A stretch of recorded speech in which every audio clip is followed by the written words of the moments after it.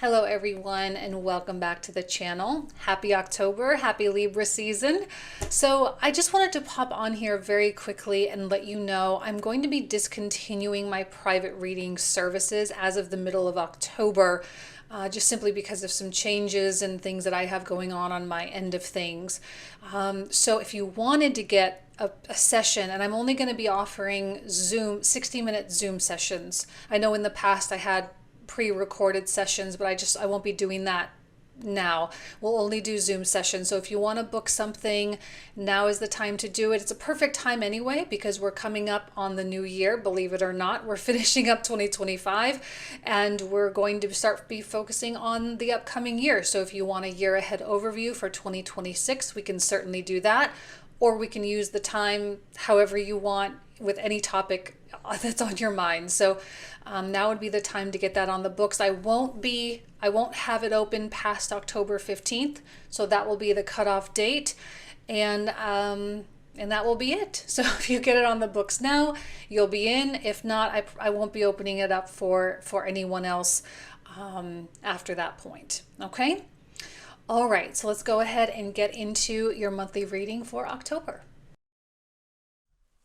Hello, Gemini, and welcome to your October 2025 tarot card reading. Let's go ahead and get started here and see what comes through for you. What is it that Gemini needs to know for October 2025?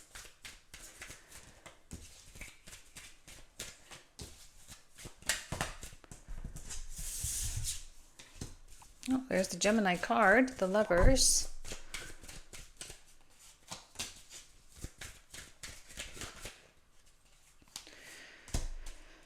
Okay. I actually want to start with the Lovers because in its most basic sense, the Lovers card represents a choice. A big choice usually, sometimes life trajectory changing. Not always. I'm not saying that this is going to be like the biggest decision of your life or anything, but I do think there's a big split happening. And I think in this moment, in the next couple of weeks, first part of October, I think Gemini being collected within themselves, asking only themselves for advice, right? And I know usually it's good to get outside feedback and things like that, but I think right now, outside feedback, outside opinions, the projection of other people's life experiences, I don't know that that's going to be all that helpful for you when you try to decide which path makes the most sense for you. With the Three of Wands, it really speaks to your openness right now, that you are open to receiving, and that in many ways you are calling in positive experiences. You're calling in wealth and prosperity and whatever other good things you're seeking. I love a Three of Wands because it is patient. There is no time constraints, and I think whenever we place time limits on things, that usually pushes things further out. So I think there's a full surrender to the divine timing that's at play right now, meaning you're not saying, okay, universe, well, if it doesn't happen by December, it's not going to happen. I'm going to go, you're not placing that type of energy out there. You're just saying, I'm ready when you are. Universe, I'm ready when you are. And to be honest, when you have that kind of surrendered receptivity, that's usually when things hit you like a bolt of lightning, Ace of Wands. In a way, it might even be so fast that you feel unprepared for it. It may happen so quickly and so abruptly, and you're like, wow, universe, I was not expecting it to smack me in the face like that, But again, I don't want you to watch this reading and then be anticipating, because I think when you anticipate, I know it's hard to do that now, but it's when you anticipate this, sometimes it evades you a little bit. So the best bet is to really just lean into the patience and really say however long it needs to take is however long it needs to take, period. No stress, no strain, no desperation from me. But then that Ace of Wands comes in, and I think it does excite you, right? Usually an Ace of Wands comes in the form of a desire, a desire for expansion or for a new adventure. There's a little bit of passion and curiosity that comes through with the Ace of Wands, and it kind of piques your attention, and you say, maybe there's something there. And it's really hard to not pursue an Ace of Wands, excuse me. It's really hard to not pursue it. It has a pulling or a will that comes with it. And an impulse and a spontaneity. So it's exciting, and it can really rev up your engine very quickly. And what's interesting about the Ace of Wands is that the Ace of Wands can quickly turn into something permanent. I know it's just an ace, and aces are generally just pretty much potentials, and it doesn't guarantee anything. But because of the drive and the magnetism of an Ace of Wands, of that desire, we should say it that way, or that yearning or whatever, it's really hard to just kind of dabble into it a little bit and just be like, okay, that's not for me, and then kind of just go back to the way it was. That Ace of Wands usually continues to pull you, which is why I think this Lover's card comes directly after the Ace of Wands, because it says, hey, Gemini, you have this pulling now, you have this desire now, and maybe you're going to have to make a choice as to whether or not you want to prioritize that. Now, like I say, it's really important for you to come into a wholeness within yourself. The only reason why I'm like, don't get other people's opinions is because we get this Seven of Cups, and I just don't want to see anything confusing this process, because it seems like Gemini is in a really pure process. It's a pure and unadulterated situation that you have going on inside of you, and other people are gonna throw the wrench in the spokes, and I don't see there's any reason to do that. But I wonder if this Ace of Wands is kind of provoking. It's provoking you, and it's saying, Gemini, maybe the path that you thought you were going to be on actually isn't really the path, maybe this one. I want you to know that this Ace of Wands is not just a temptation or a distraction. I think that's a really important distinction to make, because sometimes we have to sort of make the detours. We have to let ourselves veer off course because there's a better path or a better way to go about doing something that maybe we didn't consider before, or we didn't have the option for before. And now here it is, and you have to make some choices. So quiet, internal, within yourself.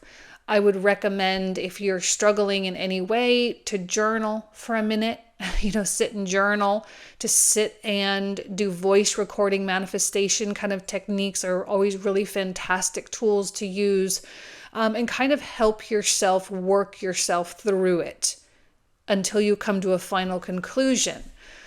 Now, I think one of the issues with this choice, or with this Ace of, because it feels like everything's centered around this Ace of Wands and whether or not to pursue it. And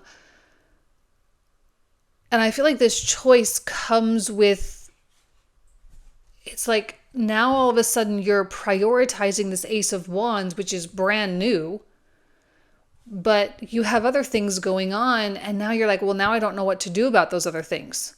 Should I just stop doing them? Should I quit entirely? Should I just back burner them for now? Should I hire someone to do it? Should I not do this and just focus only on what I already have? So I do think this is why you don't want to bring in other people, because they're just going to add to this. You're going to have enough of this as it is on your own. But I do think with the Five of Cups that there is certainly something saying, Gemini, you have to let something go. And perhaps maybe without you realizing, you had become attached. Without you realizing, you had a sentimentality towards something that maybe you should have remained detached from. And now you're realizing that in order to move in this direction, there's a cost, and that cost is to let that go.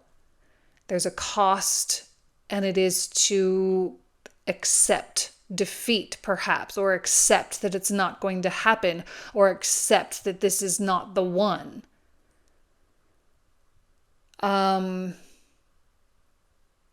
I think you have a kind of a heavy heart. Like, this is all very exciting. But when it really sinks in that this choice means that in order to bring this in, something else has to go, that's when I think it kind of gets a little challenging. Now, I want you to keep in mind, it is Libra season. Libra season is all about bringing things into adjustment, and I feel like there's a massive balance going on here between the introduction of something new and the release of something old. There's the balance. There's the pendulum swing. But additionally, we have Mars in Scorpio for the whole month of October, and Mars in Scorpio is eliminative. Right? It's eliminating. We want to eliminate. And Pluto being out of bounds in Aquarius is also eliminating, right? So eliminating is kind of the theme when it comes to Scorpio, because we want to strip away everything that does not take us where we want to go, and we want to streamline with the one or two things that does take us where we want to go. And you may not have realized that you are attached to something that isn't taking you anywhere. You may have thought that it was going there, but because you have been so receptive and you have been dreaming and visualizing and asking for something to come in, and then something brand spanking new comes in and it doesn't come in through these old channels, or these old channels don't progress, you start to realize, maybe it's not this. And I thought it was, and I invested so heavily and my heart was in it and I was there, and now I'm having to acknowledge that it's not this. It's going to be kind of I'm not going to say it's going to be like the most devastating thing in the world, but I do think it's going to be a bit hard, and it's going to be hard for some Geminis to really accept that truth. I mean, it's always hard for anyone to realize that the thing that they had invested in, especially emotionally invested in, isn't the thing. But yet there is a happiness because you do see the path with the Ace of Wands, and you feel that desire and you feel that spark that maybe you had been really hoping would come with this, and it just never did. Now, this is not like a butterflies, kind of feeling. It's more a spiritual yearning or a spiritual will that comes through. All right, so let's see what comes through in the second row here for you, Gemini. What do you need to know here?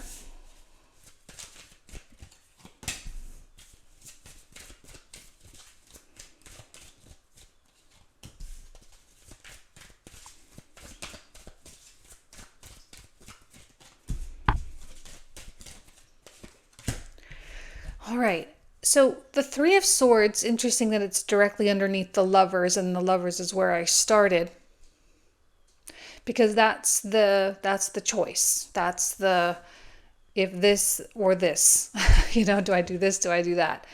And either way, something is going to have to be pushed out or pushed away. And it's, I think, disappointing more than anything. Usually that Three of Swords does feel like disappointment. See, what the problem with these two cards together, especially when they're like right next to each other like this, is I know you invested a lot into it. You invested a lot into it, and it just, I don't know, sometimes it just feels like you don't get anything back. You don't get the payout, you don't get the money, you don't get the reciprocity, right? It just never comes back. And sometimes you go so hard on this that you do miss things. You miss the cues, you miss the red flags or whatever you want to call it, because you believed in it. right? You believed in it, you believed in yourself, you believed in the path, you believed in the potential. But this Ace of Wands, to me, it feels so easy. Now, I'm not saying there's not going to be work or additional challenges in the future, but it just seems like you can sink into that and it makes your heart feel free. And I think that's really saying something, right? That freedom of the heart is kind of a big deal.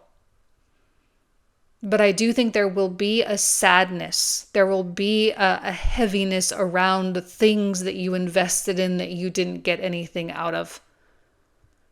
And I don't want you to berate yourself or be like, oh my gosh, I wasted so much time. Or, it's not really about that. I think you learned a lot. I would imagine you came out the other side a better person. And perhaps maybe this is actually what prepared you to receive the Ace of Wands anyway. So you would have had to go through this anyway to receive that. So it was not for nothing. It put you here right now. This is an opportunity for Gemini to shine. As much as I kind of harped on some of the harder stuff, I just want you to be aware that there is some kind of a big shift going on. But the majority of this reading is, hey, Gemini, things are moving on track. Things are moving and you have a great spirit. And I think you can tap into a fantastic attitude. I think some Geminis will kind of do the victim thing and feel really sorry for themselves. Most of you watching this probably will not be doing that because I'm sure you've done a lot of the inner work to kind of avoid that because there's no need for it. And I think you'll lean in toward this Queen of Wands. She is progressive, she is tenacious, she's passionate, she goes forward with her creative ideas without reserve. She does not hold back in any way. And with the sun right next to her, it says, this is your time to shine, to express yourself, to be that beautiful, childlike, playful self that you know you are, and to pursue this Ace of Wands path with grace and excitement and dignity. And again, the word passion, passion, passion keeps coming to my mind. I feel like there is so much passion, so much excitement, so much enthusiasm that is just oozing through this Ace of Wands. Like it almost is like it brings you back to life. And I'm not saying you've been in like a dead space or anything like that, but it feels revitalizing. And it feels confirming. It feels like you're being confirmed in your efforts here. And yeah, the Three of Swords is sort of sandwiched in there, but it's also really motivating for you to take this leap. And I see both of these cards, the Fool and the Hanged Man. This is what happens when you just kind of throw your hands up and say, okay, Spirit, God, Universe, I trust you. I trust everything that is happening. I trust that this path is going to be better for me, that I'm going to meet better people. I'm going to earn more money. I'm going to have better relationships. I'm going to improve, and I'm not going to feel the drain. I'm not going to feel the confusion. I'm not going to feel the spiraled chaos that maybe I did feel with the Seven of Cups, the one I invested so much in and just couldn't seem to grasp anything. The Fool says, I'm ready. I'm ready for all the challenges. I'm ready for all the successes. I'm ready for it all. And is a bit naive, yeah, sure. But I love the naivete because that is what gets you to jump off the cliff in the first place.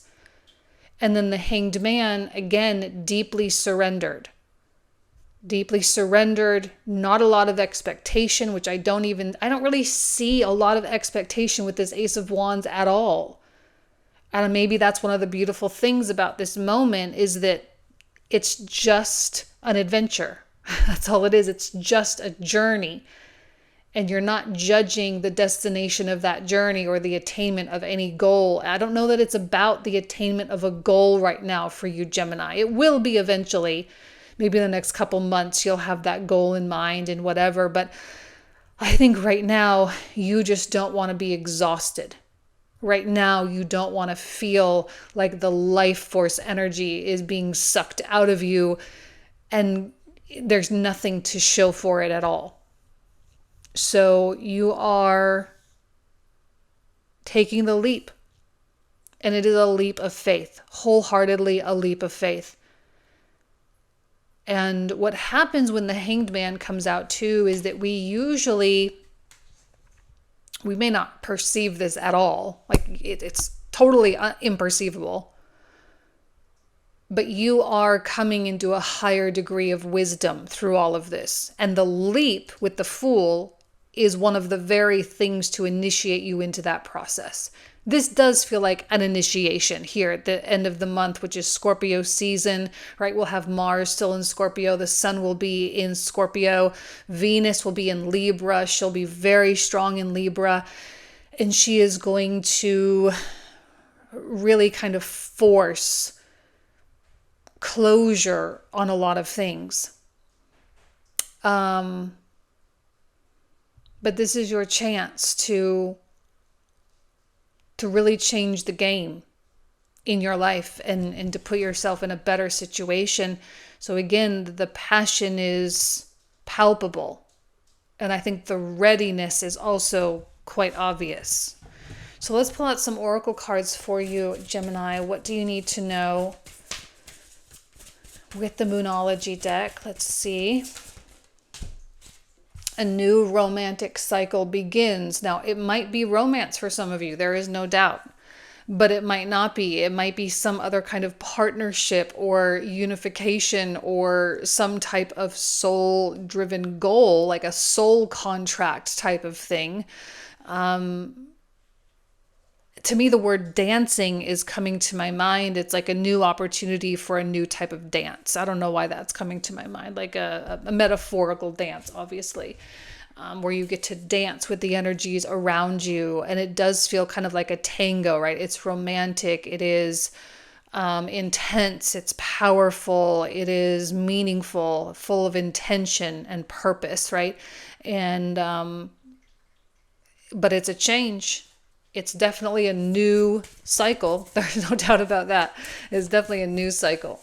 So what else for Gemini with the Animal Spirit deck? We have the Turtle, slow and steady wins the race. Now, I'm not necessarily seeing slow energy here, but rather an expectant energy, right? That there's a difference. But it will feel slow because, again, you're just like, I'm not in a rush. And that was one of the very first things I said about the Three of Wands, just patience. Like, I'm not in a rush. But it's like the more and more you affirm that you're not in a rush, the faster things are going to happen. So let's pull out the clarifiers. So for those of you who are new, we are going to pull out a whole bunch of new cards. Clarifying and going into detail, extracting as much from every card as we possibly can so you can get a much more detailed story. So let's see what comes through. Oh, if you want to join, the link will be in the description box in the comment thread down below. So what is it that Gemini needs to know for October for this Three of Wands? Justice, Four of Coins, and the Moon.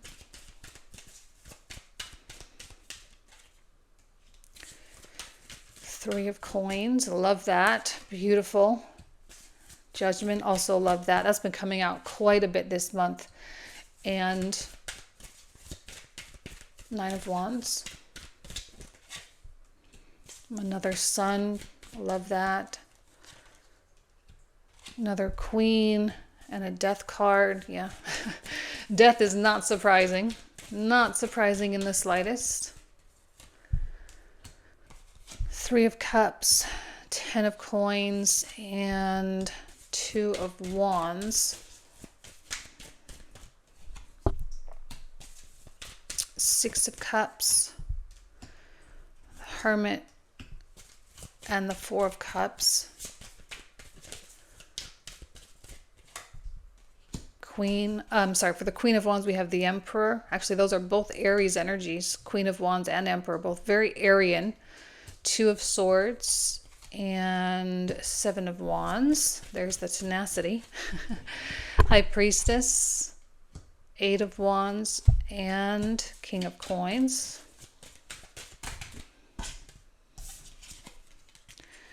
Six of Coins. Oh, yeah, Knight of Swords and the Tower. It's intense Three of Swords for sure. We have the Five of Wands, Five of Coins, and 10 of Wands. For the Hanged Man, last but not least, we have the Four of Wands, Six of Swords, and the Empress. All right, Gemini, this is where we're going to pick up in the comprehensive. So if you want to join, you are more than welcome. Thank you all so much. I hope you have an amazing month, and I'll talk to you soon.